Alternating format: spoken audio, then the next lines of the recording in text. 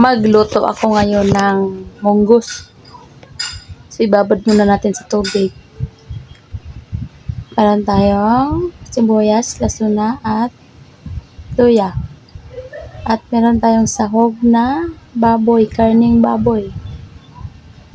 At ilagay na natin ang mantika. At ilagay na natin din ang karne.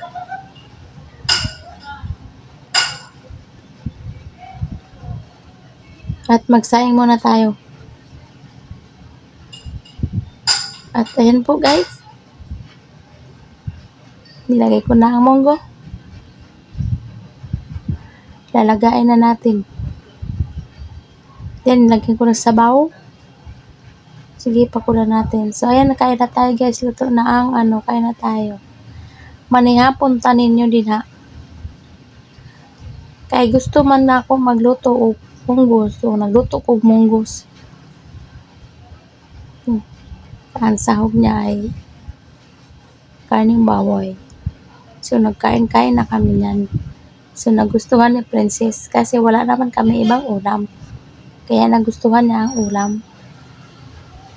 Wala naman siyang choice kundi makain na lang ng ulam na niluluto ko. Kahit hindi niya nagusto ang ulam, gusto niya na lang kasi wala naman siyang ibang maulam kundi ang munggus lang. Kasi nagsawa na kasi kami ng adobo-adobo. Kaya naisipan ko magluto ng munggo. Para naman masarap ang kain namin. At yun nga po, nasarap nga ang kain namin dahil munggo nga po ang ulam namin. Yan.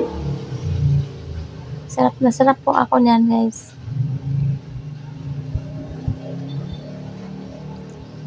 At nagtira din ako ng para baon ko rin bukas.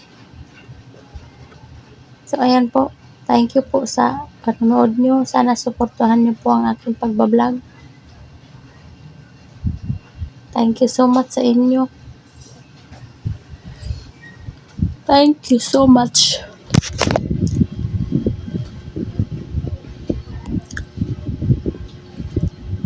Mainit kasi yan kaya hindi ako masyado subo-subo kasi sobrang init. Bagong saing kasi ang kanin kaya mainit. Din mainit din yung sabaw. Oh. Thank you for watching.